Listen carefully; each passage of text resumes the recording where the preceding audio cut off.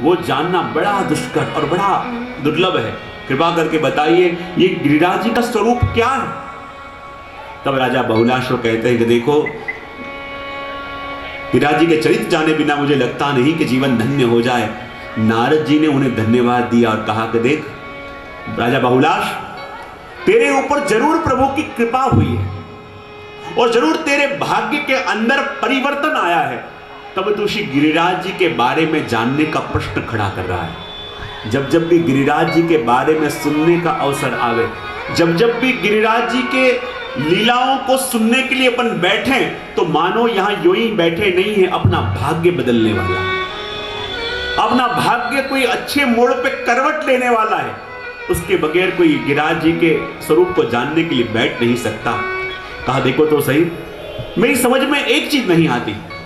देखने में तो ये गिरिराज बाबा पूरे पर्वत के रूप में लगते हैं, लेकिन आपका स्वरूप इतना कोमल कि जो ठाकुर जी इतने कोमल हैं कि उस बांसुरी को 2 हाथों से उठावें तो भी 3 जगह से टेढ़े हो जाएं। कैसे अपने प्रभु बांसुरी को 2 हाथों से उठावें तो भी कैसे हो जावें? 3 जगह से झुक जावें, टेढ़े हो जावें, ललित त्रिभंगी हो जावें। तो विचार करो, जो प्रभु इतने कोमल हैं कि 2 हाथों से बांसुरी को उठाते हैं तो भी 3 जगह से टेढ़े हो जाते हैं, और वही प्रभु ने अपनी वाम कनिष्ठिका के ऊपर इतने बड़े गिरिराज जी को 7 दिन तक उठा के रखा और प्रभु बिल्कुल भी झुके नहीं। तो विचार करो गिरिराज जी का स्वरूप कितना कोमल होगा। जो 2 हाथों से बांसुरी उठावे और 3 जगह से झुक जावे, ऐसे कोमल प्रभु जब 7 दिन तक जिस गिरिराज जी को वाम कनिष्ठिका के ऊपर धारण करके रखा और जरा भी चलित न हुए, जरा भी न झुके, विचार करो गिरिराज जी का स्वरूप कितना कोमल होगा।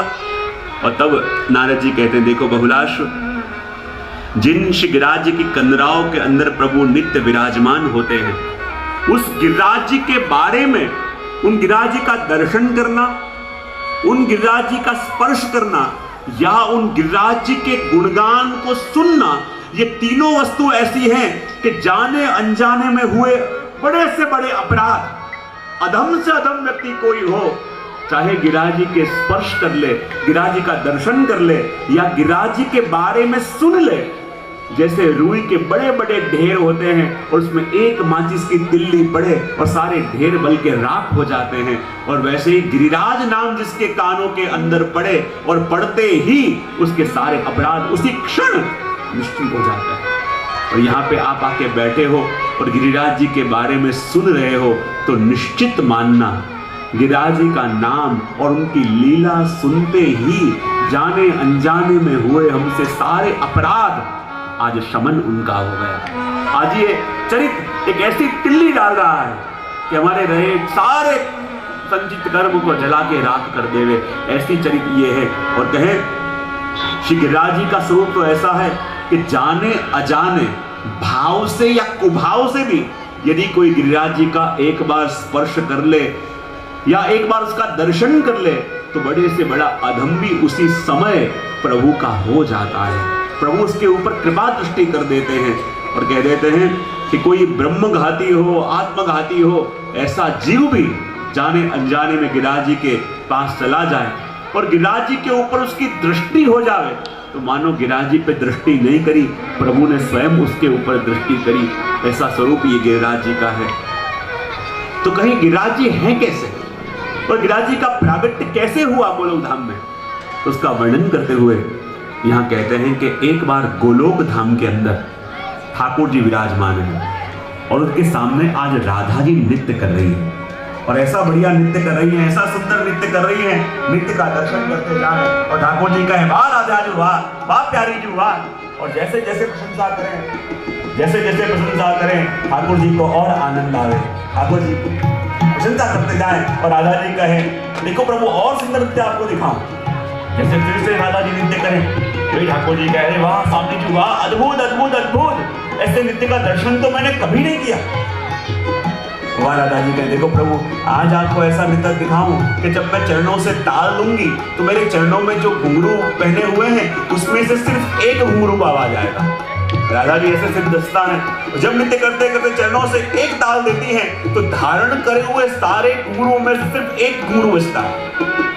फिर राधा जी कहते हैं देखो अब मैं नृत्य करूंगी तो चरणों में धारण करे घुंघरू में से सिर्फ 2 घुंघरू की आवाज आएगी, और फिर चरणों से ताल दे सिर्फ 2 घुंघरू बजे।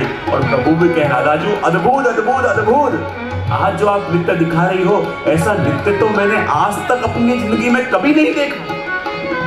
और जैसे बहुत देर तक ये नृत्य चलता रहा, प्रभु दर्शन करते रहे, दर्शन के संग संग वर्णन भी करते रहे, लेकिन जैसे ही ये नृत्य का विराम हुआ, स्वामी जी के पास प्रभु आए और कहने लगे वाह स्वामी जी वाह, अद्भुत अद्भुत अद्भुत, ऐसे नृत्य का दर्शन मैंने आज तक कभी नहीं किया, आज तो कुछ गजब ही नृत्य आपने किया है। राधा जी की आंखों में चमक आ गई और कहने लगी देखो प्यारे, मैं तो आपको इससे भी सुंदर नृत्य करके दिखा सकती हूँ जो देखने वाले अकेले आप मेरे सामने हो, लेकिन गोलोक धाम के अंदर ऐसी तो कोई जगह नहीं है कि जहां मैं आपके सामने नृत्य कराऊं और कोई ना हो, यहाँ तो कोई ना कोई आता रहता है। प्रभु आज मेरे मन में यदि आपको मेरा नृत्य अच्छा लगा हो तो कुछ मांगने का मन हुआ है। प्रभु ने कहा प्यारी जी मांगो, आप जो कहो सो मैं आपको दूं, इतना अद्भुत नृत्य आपने मुझे दिखाया है। और तब नेत्र बंद करे स्वामी जी ने, और राधा जी नेत्र बंद करके कहने लगे प्रभु आज मेरे मन में मनोरथ है कि कोई ऐसा सुंदर स्थान इस गोलोक धाम के अंदर हो, ऐसा सुंदर स्थान जिसमें अनेक अनेक कंदराएं हों, जिसमें अनेक झरने बहते हों, अनेक वृक्ष हों, अनेक सुंदर पक्षी जिसमें कलरव करते हों। और जैसे स्वामी जी ने वर्णन करना प्रारंभ किया, ठाकुर जी ने नेत्र बंद कर लिए और स्वामी जी जो वर्णन करें वो वर्णन का भाव प्रभु अपने हृदय में धारण कर रहे हैं। और वर्णन करते करते जहां राधा जी ने वर्णन पूरा किया, ठाकुर जी ने नेत्र खोले, और जैसे ही नेत्र खुले आपके हृदय से एक तेज पुंज प्रगटा और गोलोक धाम की भूमि का स्पर्श करते ही वो विशाल स्वरूप में होने लगा। देखते ही देखते उसके 100 शिखर हो गए और इतना बढ़ने लगा कि जैसे ही ठाकुर जी ने अपना हाथ का स्पर्श कराया वो स्वरूप वहीं स्थिर हो गया और उसका नाम पड़ा सतशृंग पर्वत। क्या नाम पड़ा? और वो सतशृंग पर्वत वही हमारे श्री गिरिराज बाबा, गोलोक धाम में उनका नाम पड़ा सतशृंग। और जब सतशृंग पर्वत का नाम आपका पड़ा, ठाकुर जी ने स्पर्श किया और वो शांत हुए और कहते ये गिरिराज जी कौन है? राधा जी के मन में जागा हुआ मनोरथ कि जो प्रभु ने पूरा किया, उन्हीं का नाम ही श्री गिरिराज बाबा। एक वस्तु समझना, जब भी गिरिराज जी के सानिध्य में जावें और गिरिराज जी के दर्शन करो तो ये मत सोचना कि ये कोई पर्वत है कि कोई शिला है। ये गिरिराज जी कौन है? बोले राधा जी के मन में जागा हुआ मनोरथ, उसी का नाम श्री गिरिराज बाबा। और जब गिरिराज जी के समक्ष जाओ तो ये नेत्र भाव विभोर हो जाने चाहिए कि कैसा मेरा भाग्य, राधा जी के मन में जो मनोरथ जागा और ठाकुर जी ने जो उनका मनोरथ पूरा किया, वही मेरे नेत्रों से मैं उनके दर्शन कर रहा हूं। ये जीवन कैसा धन्य हो गया कि राधा जी के मनोरथ के दर्शन इन्हीं नेत्रों से मुझे हो रहे। ये नेत्रों से राधा जी के मन के मनोरथ और प्रभु ने जिस मनोरथ को पूरा किया वो दर्शन करना सुलभ नहीं है। तो जब प्रभु की कृपा हो जावे तब जीव गिरिराज जी पहुंचे, प्रभु की कृपा हो जावे तो गिरिराज जी के सामने जाके जीव खड़ा हो पावे। अपनी इच्छा से कोई जा ही नहीं सकता, उनकी इच्छा के बिना संभव नहीं है। और कहते कि जब ये गिरिराज जी का स्वरूप सुना कि गोलोक धाम में स्थित सतशृंग पर्वत ऐसा है कि जिसके 100 शिखर हैं और जिसकी कंदराओं में बैठ के ठाकुर जी और राधा जी नित्य विहार करते हैं, बहुलाश के मन में आई, हे देवर्षि आपके लिए तो कोई वस्तु असंभव नहीं है। जब ये सतशृंग के बारे में मैंने सुना कि गोलोक धाम के अंदर ऐसा दिव्य स्वरूप सतशृंग पर्वत का कि जिसमें बैठ के ठाकुर जी और स्वामी जी नित्य विहार करते हैं, तो आज मेरे मन में मनोरथ जागा है, कृपा करके मुझे भी उस सतशृंग के दर्शन करने हैं। हे देवर्षि, हे नारद जी, आपके लिए तो कोई असंभव कार्य नहीं है, कृपा करो और कृपा करके मुझे भी उसके दर्शन कराओ कि जो स्वामी जी का मनोरथ है मुझे भी दर्शन कराओ कि जिसके दर्शन करके ठाकुर जी और राधा जी दोनों इतने प्रसन्न हो गए। वो प्रभु की प्रसन्नता का और राधा जी की प्रसन्नता का नाम ही श्री गिरिराज, उसके दर्शन मुझे कराओ। क्योंकि राधा जी को देख के, राधा जी का मन का मनोरथ पूरा करने के लिए ठाकुर जी ने हृदय से गिरिराज जी को प्रकट किया। तो मैं एक वस्तु कहूंगा कि श्री गिरिराज यानी कौन? हमारे ठाकुर जी और हमारी स्वामिनी जी दोनों की प्रसन्नता, उसी का नाम श्री गिरिराज। गिरिराज जी यानी कौन? ठाकुर जी और स्वामिनी जी दोनों की प्रसन्नता, उसी का नाम गिरिराज। कई बार अपन को लगता है ना कि अपन प्रभु की सेवा तो करते हैं, लेकिन प्रभु अपने से प्रसन्न है कि नहीं खबर कैसे पड़े। जो जीव गिरिराज जी के सामने पहुंच जावे और आंखों से दर्शन हो जावे, तो ये मानो ये दर्शन और कुछ नहीं, ये तो प्रभु की प्रसन्नता है कि प्रभु कह रहे हैं कि तेरी सेवा से मुझे बड़ा सुख है, तो ये देख के मुझे बड़ा आनंद हुआ। और वो जीव की आनंदता, प्रसन्नता, वही हमारे गिरिराज बाबा। तो जब बहुलाश्व ने कहा कि प्रभु उन गिरिराज जी का दर्शन करने का मेरा भी बड़ा मनोरथ है, कृपा करके उनके दर्शन मुझे भी कराइए जो गोलोक धाम के अंदर स्थित है। नारद जी ने कहा, देखो बहुलाश्व, तुम उस गोलोक धाम में स्थित सतशृंग पर्वत के दर्शन करना चाहते हो? बोले हाँ। तब कहा कि मेरी एक बात सुनो। एक दिन जब मैं और श्याम सुंदर दोनों वन में विचरण कर रहे थे। नारद जी क्या कहते हैं कि जब एक बार मैं और श्याम सुंदर दोनों वन के अंदर विचरण कर रहे थे, और विचरण करते करते जब ठाकुर जी को कहीं भाव में खोए हुए देखा, तो तब नारद जी कहते हैं, मैंने प्रभु से पूछा कि प्रभु आप आज इतना याद किसको कर रहे हो? तो प्रभु कहते हैं, मेरे श्री गिरिराज जी को याद कर रहा हूं। और तब मुझे लगा कि गोलोक धाम में स्थित शतशृंग प्रभु को इतने प्यारे हैं कि उनको प्रभु याद कर रहे हैं। तब नारद जी ने कहा कि तब मैंने प्रभु से यही विनती करी कि हे प्रभु कृपा करो और मुझे भी गोलोक धाम में बसे हुए उस सतशृंग पर्वत के दर्शन कराओ। तब प्रभु ने नारद जी से पूछा, हाँ देवर्षि क्या दर्शन करना चाहते हो? बोले गोलोक धाम में जो गिरिराज जी उनके? बोले हाँ। तब प्रभु ने कहा, देवर्षि देखो मुझे बड़ी प्यास लगी है, तुम यदि उनके दर्शन करना चाहते हो कि जो गोलोक धाम में स्थित है सतशृंग, तो ऐसे करो पहले मेरे लिए जरा कहीं से पानी ढूंढ के ले आओ। और जब प्रभु ने पानी लाने को कहा तो नारद जी चलते चलते पानी ढूंढने पूरे वन के अंदर बैठ गए। नारद जी ने कहा, अचानक प्रभु को प्यास लग गई, मैं तो प्रश्न पूछा था कि गिरिराज जी का दर्शन मुझे कराओ, सतशृंग का दर्शन कराओ, और मुझे पानी लेने भेज दिया। चलते चलते जा रहे थे, वहां नदी के पास उन्होंने एक गजब दृश्य देखा। बोले क्या? बोले दो ऋषि मुनि आंखें बंद करके वहां तप कर रहे हैं, और उनके पीछे हड्डियों के दो पर्वत हैं। और हड्डियों के दो पर्वत देखे बड़ा आश्चर्य हुआ कि जब ऋषि मुनि तपस्या करते हैं तो कोई पवित्र स्थान में बैठ के करते हैं, कोई पवित्र गुफा में करते हैं, कोई पवित्र स्थान के पास करेंगे, लेकिन हड्डियों के दो पर्वत हैं और हड्डियों के पर्वत के नीचे बैठ के ये दोनों तपस्या कर रहे हैं। इसका मतलब क्या? ये कौन है? बड़ा आश्चर्य हुआ, समझ में ना आया। वापस घूमते हुए प्रभु के पास आए। प्रभु ने कहा, नारद जी हाँ आपने क्या पूछा था? बोले यही कि गोलोक धाम में स्थित सतशृंग के दर्शन मुझे कराओ। तब प्रभु ने कहा, जब मेरे लिए पानी लेने गए तो कुछ दर्शन किया, कुछ दिखा? बोले हाँ कुछ देख के आया मैं, और वो देख के मेरे मन में बड़ा आश्चर्य हुआ। बोले क्या देखा? बोले जब मैं चलता चलता जा रहा था तो मैंने देखा कि एक जगह दो हड्डियों के पर्वत हैं और उसके आगे बैठ के दो ऋषि तप कर रहे हैं। और ये बात मेरे समझ में नहीं आई।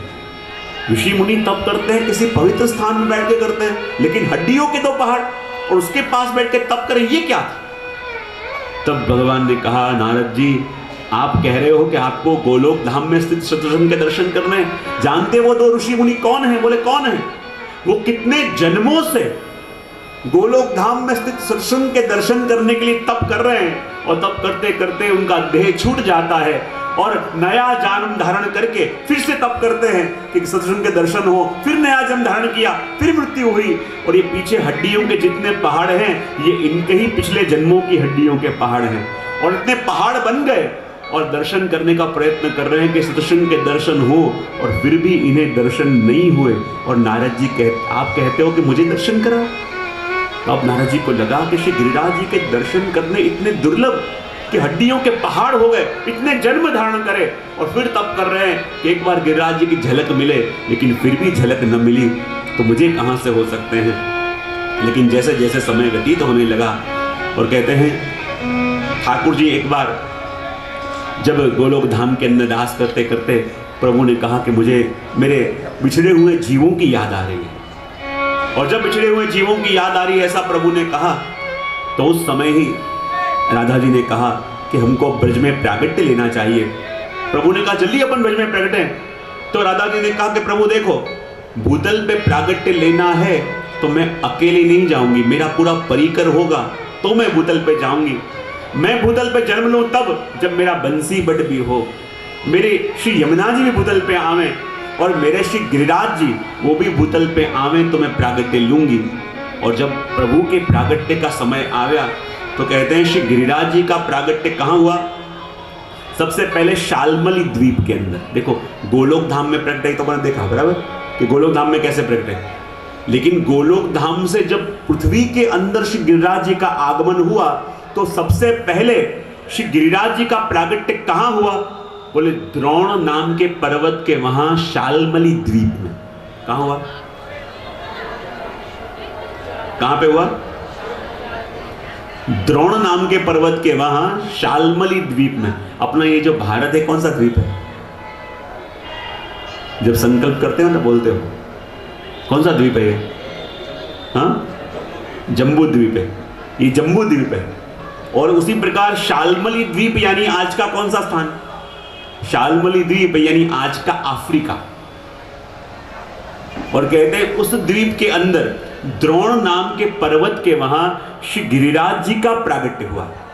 और कहते हैं उनके दो भाई, सबसे बड़े श्री गिरिराज बाबा हुए जिनका नाम रखा गोवर्धन, उनके दूसरे भाई उनका नाम कामदगिरी यानी कांतानाथ जो पर्वत है वो भी आपके भाई, और तीसरा पर्वत कहते हैं चरणाद्रि चुनार। वही तीन बालकों का प्रागट्य द्रोण नाम के पर्वत के वहां हुआ। किनके वहां? कौन कौन? सबसे पहले बड़े गोवर्धन, दूसरे कामदगिरी यानी कांतानाथ, और तीसरे चरणाद्रि। ये तीन बालकों का जन्म हुआ द्रोण के वहां। और उसमें से सबसे बड़े जब बालक का जन्म हुआ उनका नाम रखा गया गोवर्धन। लेकिन गोवर्धन का प्राकट्य जैसे हुआ और पूरे विश्व के अंदर बात फैल गई कि स्वयं भगवत स्वरूप, स्वयं प्रभु का ही मनोरथ और प्रभु की ही प्रसन्नता प्रगटी है। तो कहते उनके दर्शन करने के लिए जितने भी बड़े बड़े पर्वत हैं, हिमालय इत्यादि जितने बड़े पर्वत हैं, वो सारे पर्वत वहां पे आए। उन्होंने पुष्प की वृष्टि करी और कहा कि हम भले पर्वत हैं लेकिन आप पर्वतों के राजा कहे जाओगे। इसलिए उनका नाम सभी ने मिलके गिरिराज दिया। क्या दिया? गिरिराज। आपका नाम है गोवर्धन, लेकिन आपका जन्म जब हुआ सभी पर्वतों ने आके और सभी देवों ने आके कहा कि हम तो भले पर्वत हैं लेकिन आप तो पर्वतों के राजा यानी गिरिराज कहो जाओगे। और सभी ने पुष्प की वृष्टि करी और सभी हिमालय इत्यादि पर्वतों ने और देवों ने आके श्री गिरिराज जी के मस्तक पर मुकुट पधराया और आपका पूजन करते हुए कहा कि श्री गिरिराज बाबा आप तो हमारे ब्रज के राजा और हमारे सारे पर्वतों के भी राजा थे। और वहां जय जयकार हो गया।